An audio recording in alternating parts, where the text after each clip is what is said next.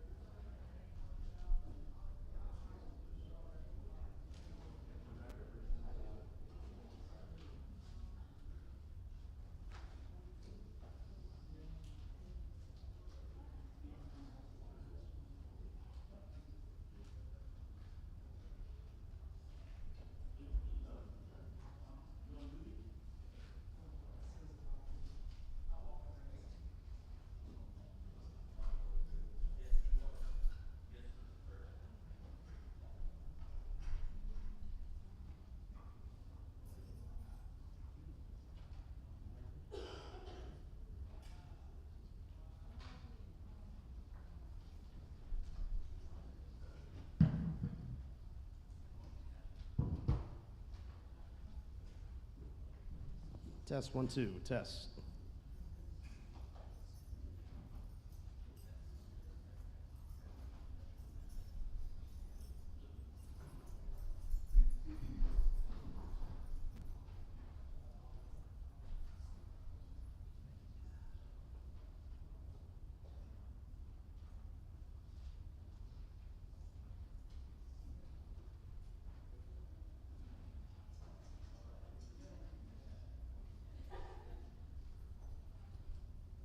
Okay, good morning.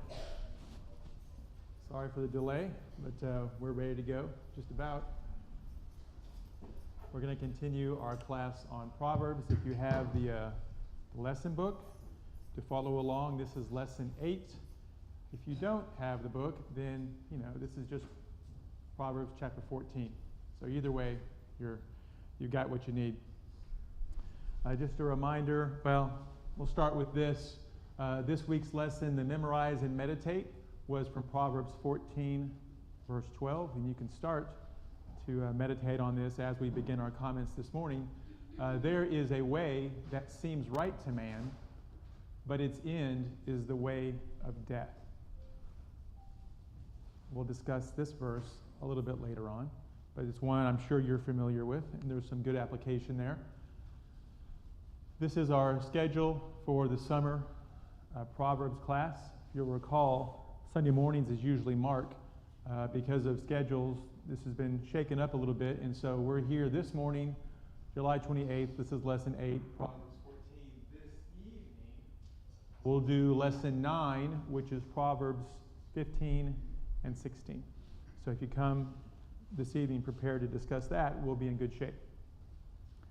This is a child's illustration of Proverbs 14, verse 1. I've been sharing these with you just on and off because I had Caleb and Benjamin, when they were little, make sketches of a bunch of different verses, and this is one that they came up with. The wisest of women builds her house, but folly with her own hands tears it down. And this is what they thought that may look like, if you can make that out. And then one more before we start. This is Proverbs 14:11, and I'm not sure why I got this one in here. This is not the one I wanted, because this is Proverbs 14:11, so we'll just move on to Proverbs 14, where we should be this morning. Okay, so if you notice in the material, the one who organized this lesson book, we're in the portion of Proverbs where it's just a collection of Proverbs. And they're not always chapter to chapter. They're not always clearly thematic.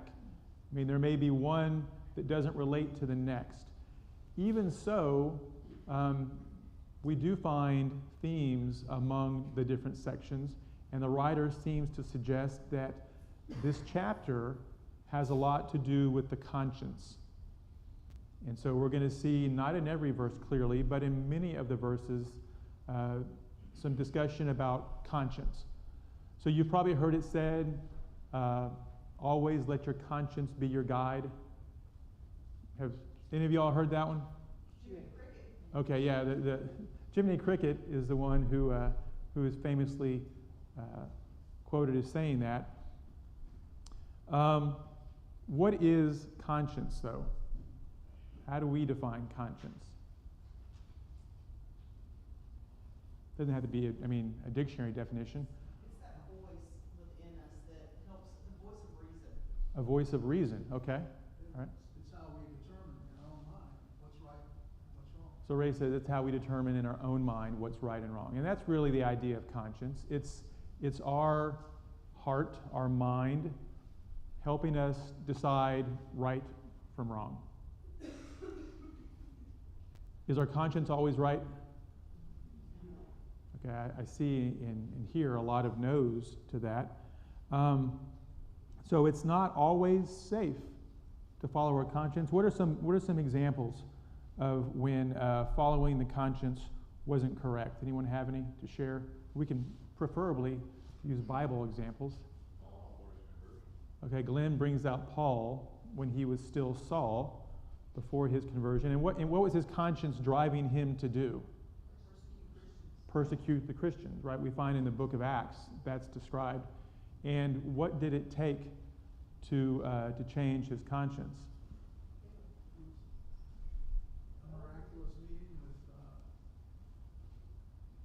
on the road to Damascus. Yeah, on the road to Damascus, Jesus confronted him, and that got his attention. And then that was followed up when he got to Antioch with teaching, right? And his conscience was trained. Anybody else have examples of someone just following their conscience?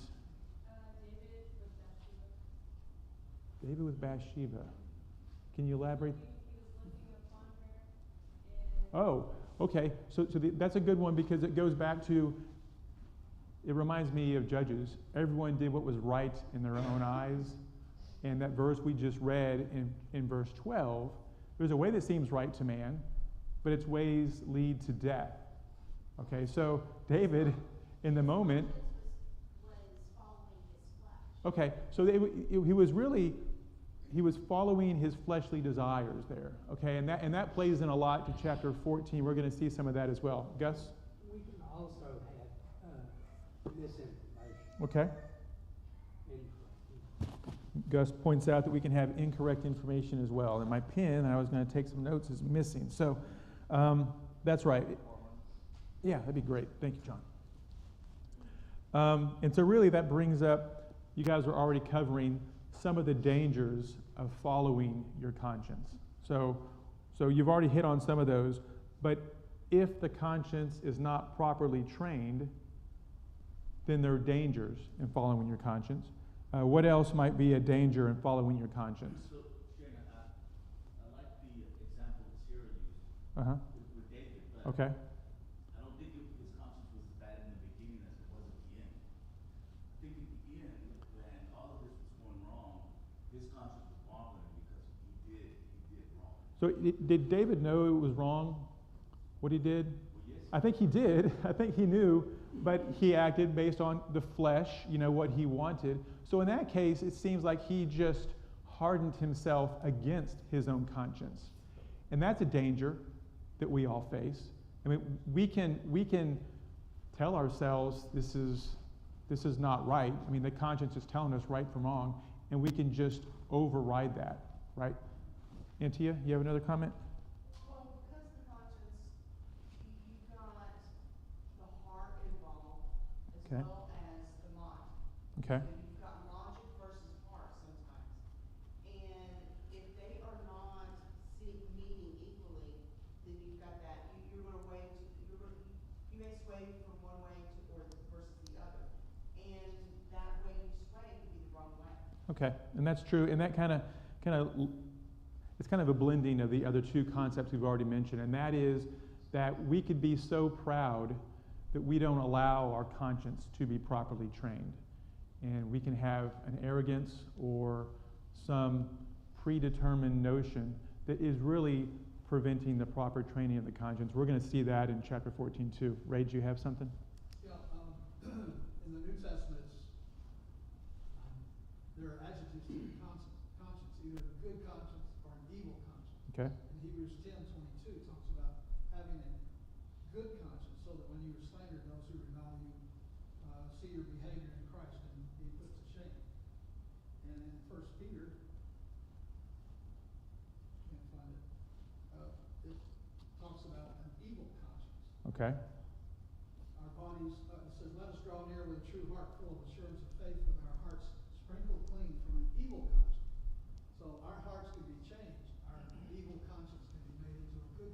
Right. Are we encouraged to follow our conscience? We are. The New Testament tells us we need to have a clean conscience, but the conscience needs to be properly trained. And to train it properly, we need to have an open heart, open to truth. And so those are just some points that we'll see this morning. Getting into chapter 14. The breakdown per the lesson material is as you see it on the screen. We're going to go through the first 9 verses quickly, and then we're going to slow down a little bit as we get into verse 10. And if you want to read with me in Proverbs chapter 14, starting in verse 1. The wise woman builds her house, but the foolish tears it down with their own hands. He who walks in his uprightness fears the Lord, but he who is crooked in his ways despises him. In the mouth of the foolish is a rod for his back, but the lips of the wise will preserve them. Where no oxen are, the manger is clean, but much increase comes by the strength of the ox. A faithful witness will not lie, but a false witness speaks lies. A scoffer seeks wisdom and finds none, but knowledge is easy to him who has understanding. Leave the presence of a fool, or you will not discern words of knowledge.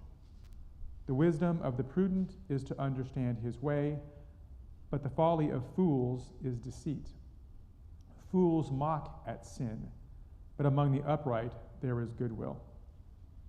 Okay, first 9 verses, and as it suggests here in this outline, an open mind finds wisdom. So to illustrate that, verse 6 is a good example where we see a scoffer seeks wisdom and finds none, but knowledge is easy for him who has understanding. Does anyone have anything different than what my version, New American Standard, says scoffer? Does everyone have scoffer, or is there another word that's used in some other versions? Scorner or mocker. Scorner, okay. It seems to me that most of the older translations we tend to use has scorner here. What type of person is this scoffer or scorner? Pessimist. Pessimist? Okay. Okay. It seems to be someone who's making fun of an idea, maybe belittling an idea here. Why is it that the scoffer has difficulty finding wisdom? Really seeking wisdom. Okay. So you're suggesting they're not even really seeking? Well, they may be seeking something, but I don't think they're seeking the right kind of wisdom that would cause them not to be scoffers. Okay. So what is causing this scoff? Use the word scoff. Sometimes it's worldliness. Wor- Sometimes just being distracted by other things besides their spiritual welfare. Okay. Sometimes doubt. Doubt. Yeah. Okay. Doubt can lead to the scoffer attitude. Okay. And to you? Pride. You know, as I researched this word, trying to get more familiar with what was intended here, there's 3 things associated with the scoffer. It is pride is one thing, self-conceit, and being a profane person is what was suggested. And I think the pride is really the main thing for us. And we can see that in people if they have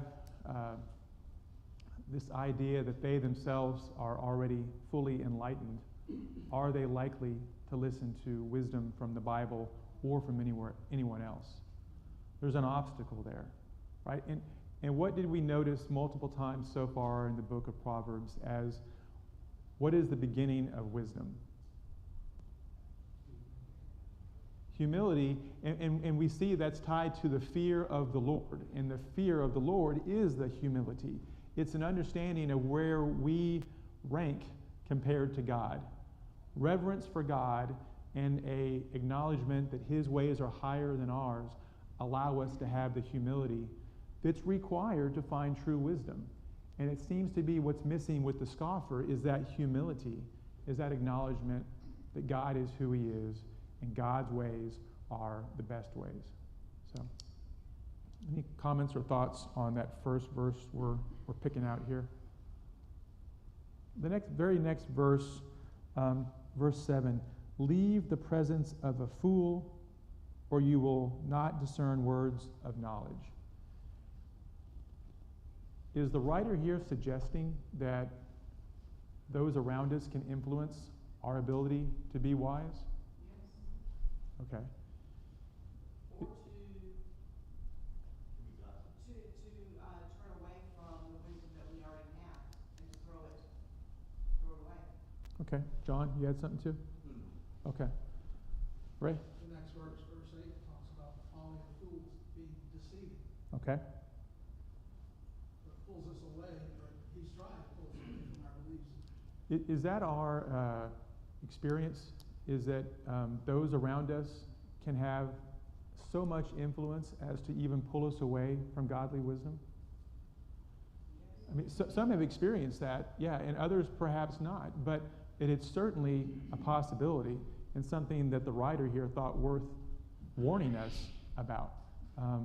Associating with people who are fools, and when I say fools, not in a sense that they're innocent of knowledge, but they're actually a scoffer, that they're delighting in their lack of godly wisdom, as we see in some of these verses from last week.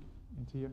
Some of them know, because we see this even in the beginnings of the church in the New Testament, where they were being pulled away from God's word by false teachers.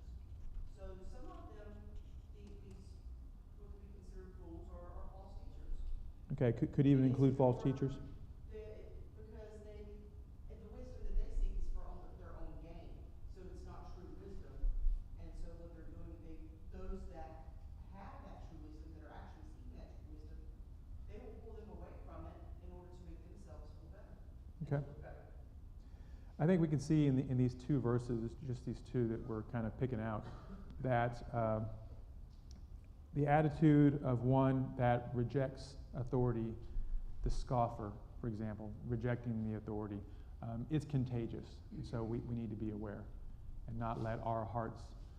Sierra? One of my favorite verses is 1 Corinthians 15:33, and it kind of implies the same thing about, like, do not be deceived, evil company or bad company corrupts good morals. Mhm. So your environment does matter. Yeah, it does. And the fact that it's saying do not be deceived, don't think that you're higher than everyone else, like it's not going to affect you, you know?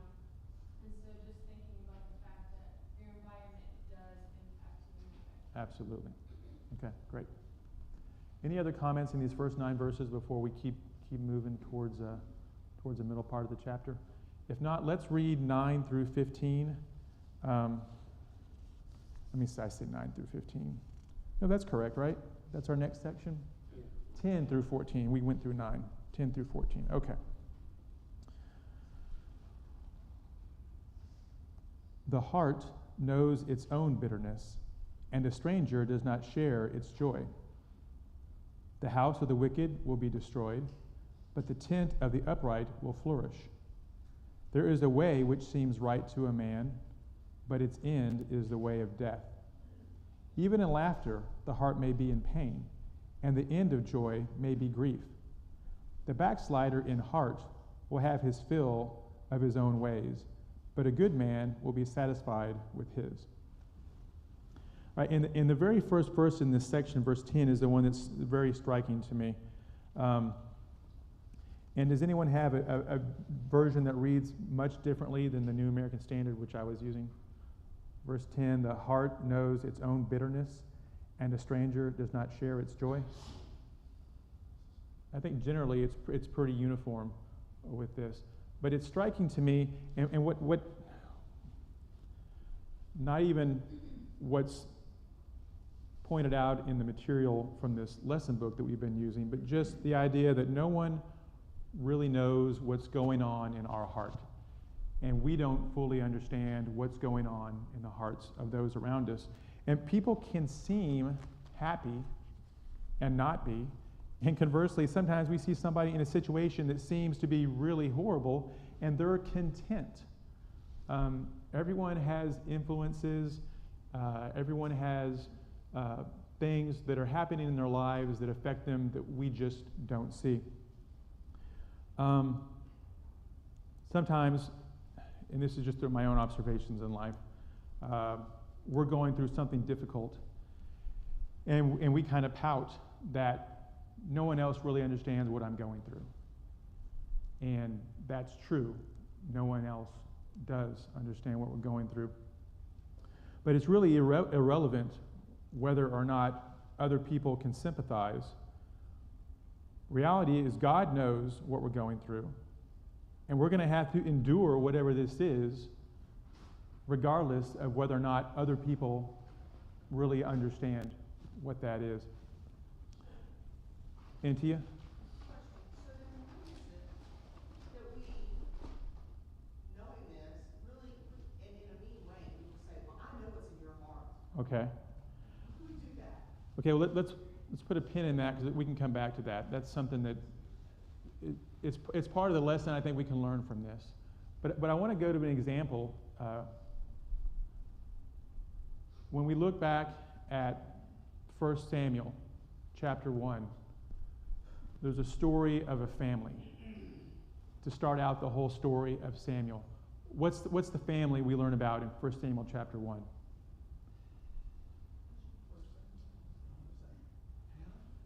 Okay, Hannah is a part of this family. It starts off with a man talking about the man who's actually her husband, right? Elkanah was the man. The situation that Hannah finds herself in is one where no one really understood what she was going through. The situation was that Elkanah had two wives, and Hannah was the favorite wife. The other wife, her name was Peninnah, or Peninnah, however you want to pronounce that.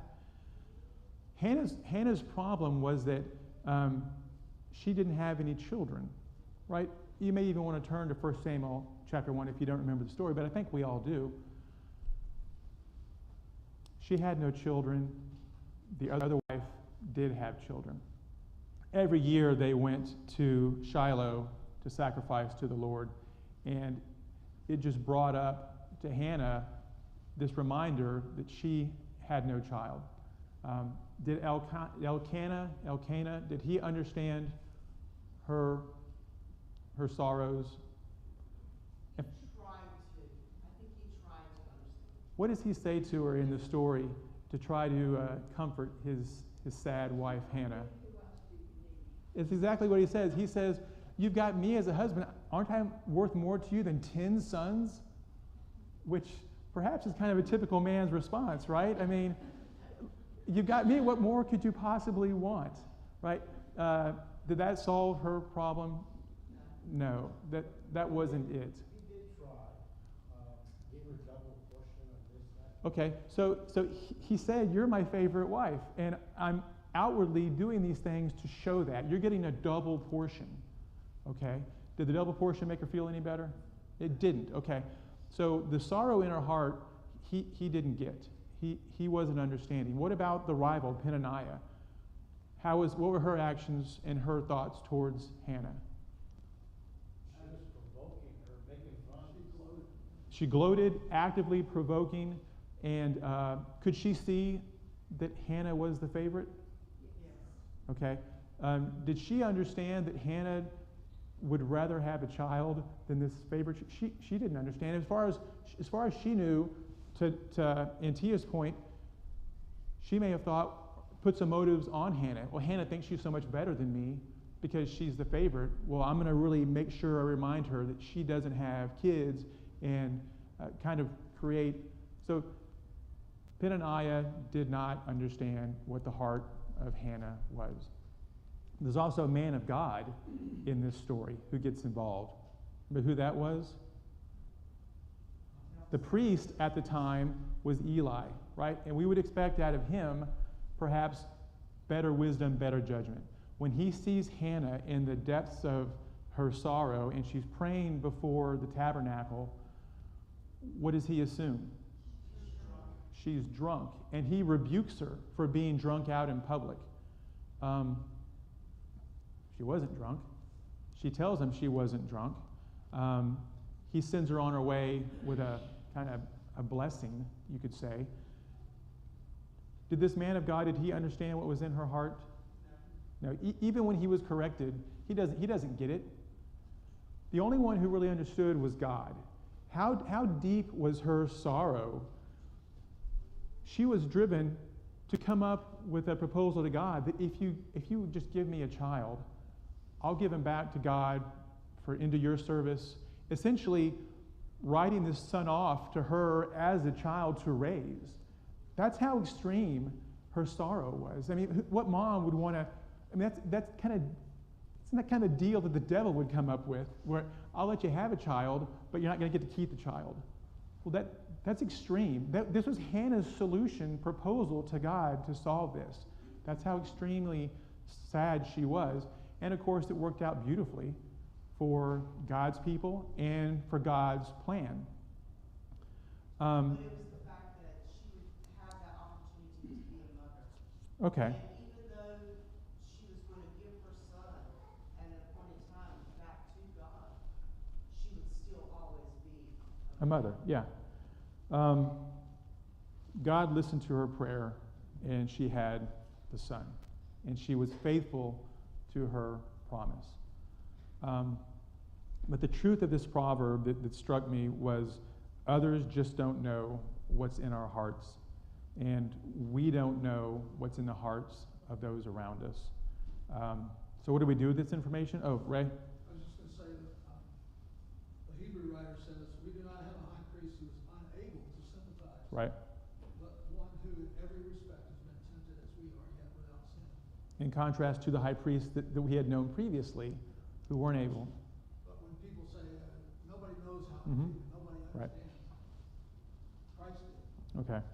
So all that being said, just some practical and tough wisdom for us is people aren't going to understand what we're going through. We're going to have things in our lives that people just aren't going to be aware of, or they're just not fully going to understand.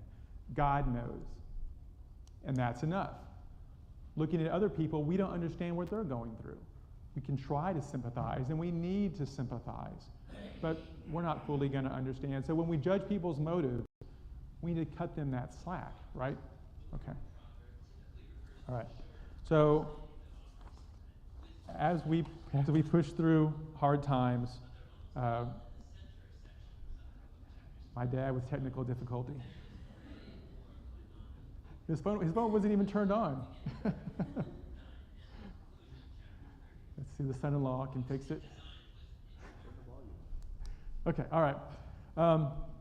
So act with compassion towards others. Just some practical advice. Any other thoughts on my little tangent on verse 10? All right, thanks for indulging me on that. Verse 12, we've already read in our memorize and meditate, there is a way that seems right to man, but its end is a way of death. And this really does remind me of Judges, the book of Judges, where it says in Judges 21:25, every man did what was right in his own eyes. How did that work out for God's people? It was a horrible time for God's people through these judges, through so many spiritual failures.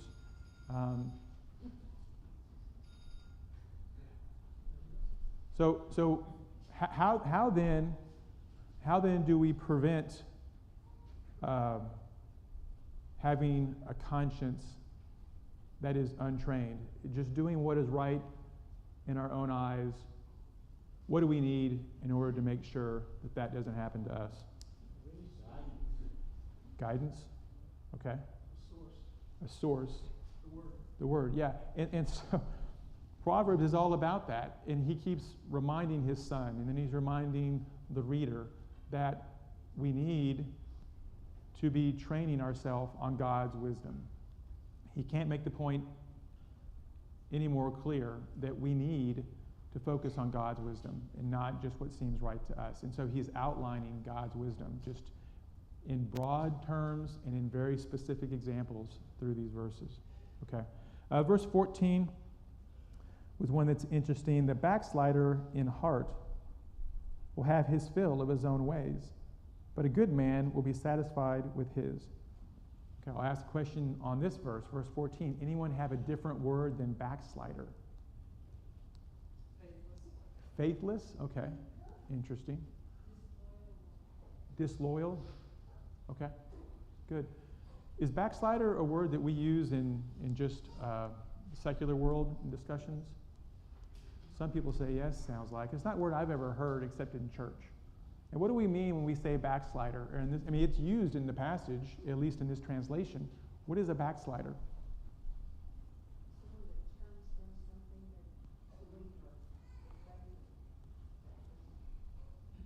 Turns from their faith. Okay, good. Laziness. Laziness. Okay.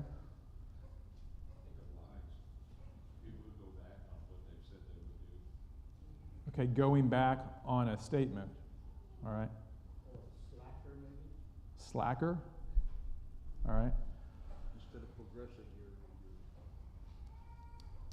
Regressing. you're regressing. Yeah, so I think that's really the idea, is that, you know, instead of making progress, we're regressing.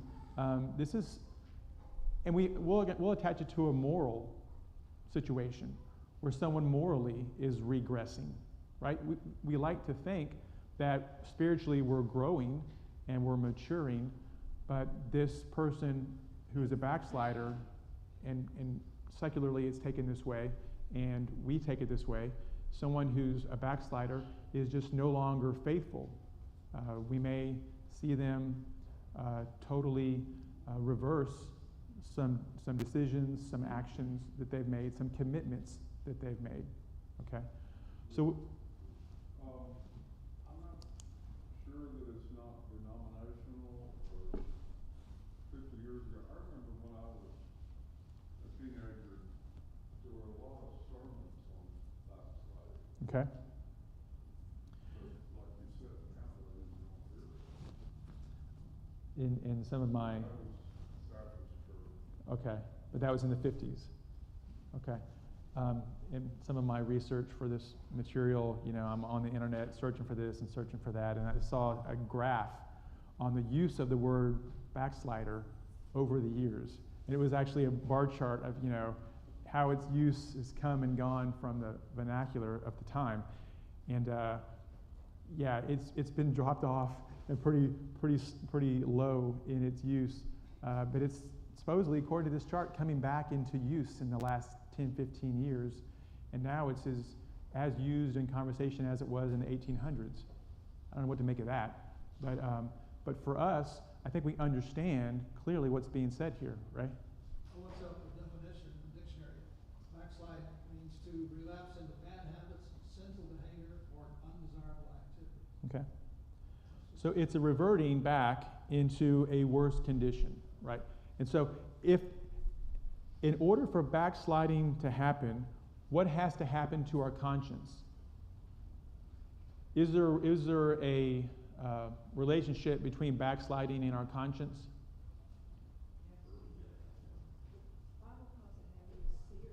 Having a seared conscience, okay, right? And that's really what, because to be a backslider, it means we've had to, at some point, been faithful, made some appropriate spiritual commitments, and then now we're moving away from those. So our conscience drove us to the first condition. So for us to move away from that, it means that we're, seems to me, violating our own conscience. We're moving away from what our conscience is telling us. So that's relates to our general theme of conscience in this chapter, but also it's something for us to consider that is a possibility, and it's a hazard. I think of the word being desensitized. Desensitized, thank you, yes. Okay. All right. And that causes a person to not be feeling or having a spirit of a desire for spiritual things, and maybe going back to the way it was before, maybe in the worldly way. Okay. Yeah. And there's a lot of reasons people may choose to backslide, but it all requires an overriding of our conscience. Okay. Any other thoughts on these verses before we move into verse 15? Okay, let's read 15 through 25. The naive believes everything, but the prudent man considers his steps. A wise man is cautious and turns away from evil, but a fool is arrogant and careless. A quick-tempered man acts foolishly, and a man of evil devices is hated. The naive inherit folly, but the prudent are crowned with knowledge. The evil will bow down before the good, and the wicked at the gates of the righteous. The poor is hated even by his neighbor, but those who love the rich are many. He who despises his neighbor sins, but happy is he who is gracious to the poor.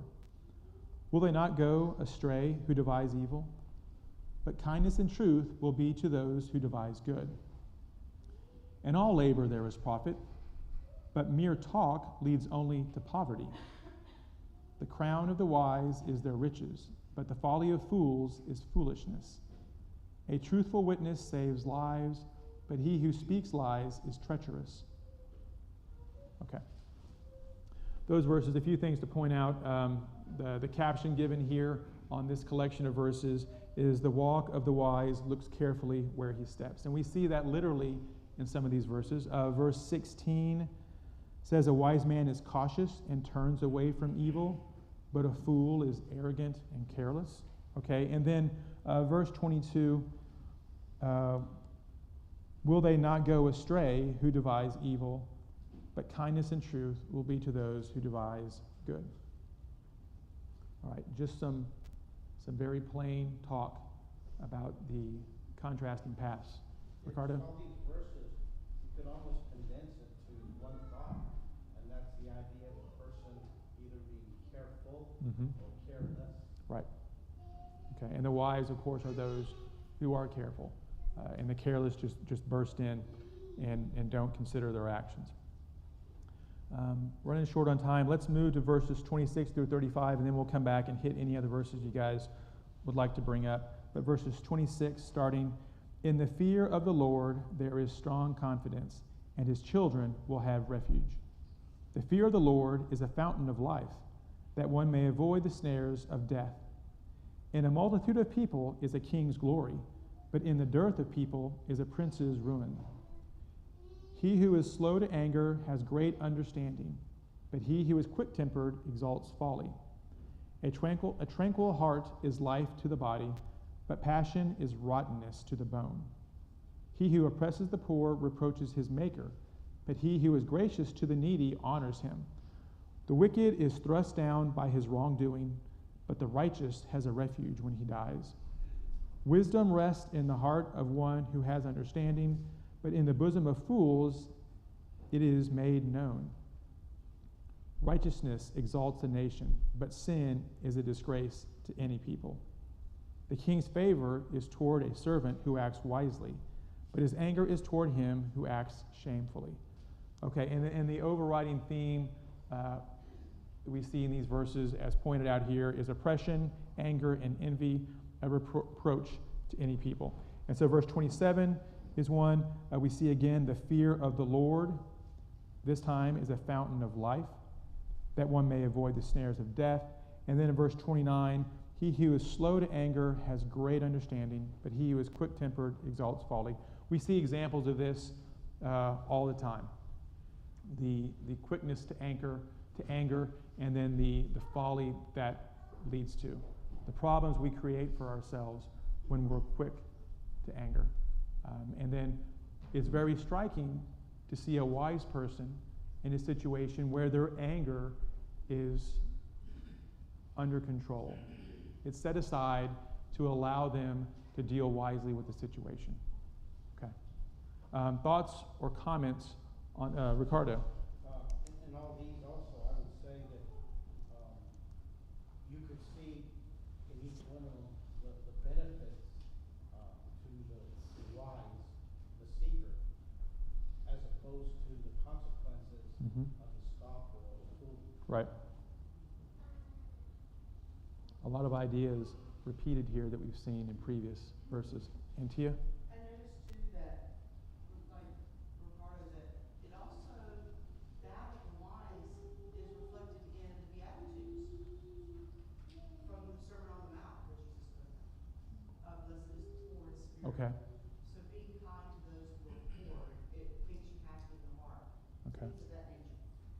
Well, it's interesting. It's interesting too that when you talk about the anger is that, the world seems to be, they're in awe when someone is able to control their anger in a particular setting or situation, and they come out on top. Okay. In the way they speak and the way they act. There's some verses here about the poor that we're seeing that are, I think, interesting, and some are, well, let's look at verse 20, for example.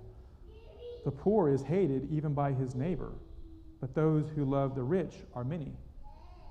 Is this instruction for us to hate the poor? What is being said here when it says the poor is hated even by his neighbor? That is the world. Okay, it is. This is just an observation of how the world works, right? And sadly, friendship in this world is often governed by self-interest, right? In a worldly sense, the poor don't have any friends, but the rich, boy, everyone's their friend. So that's the truth about the world we see. Verse 21 is a response. He who despises his neighbor sins, but happy is he who is gracious to the poor. So as sad as it is to read the reality in verse 20, 21 gives us the challenge, okay? We're not to be like the world. And in the wisdom shared here, it's the encouragement to do beyond what the world does. Don't be motivated by self-interest, but be motivated to do what is good, right? So that's a contrast being made. Thoughts or comments on that, or any other verses that we've quickly skimmed over? Ray, yes. I just wondered, has he taken a turn from talking to his sons now? Yeah.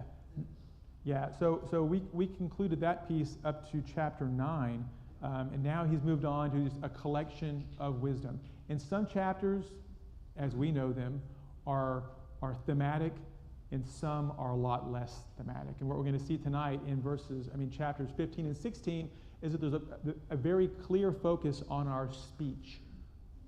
And while it's a collection of Proverbs, he's going to keep coming back to why we need to be careful with our speech. Okay, so we'll hit that tonight. All right, thank you.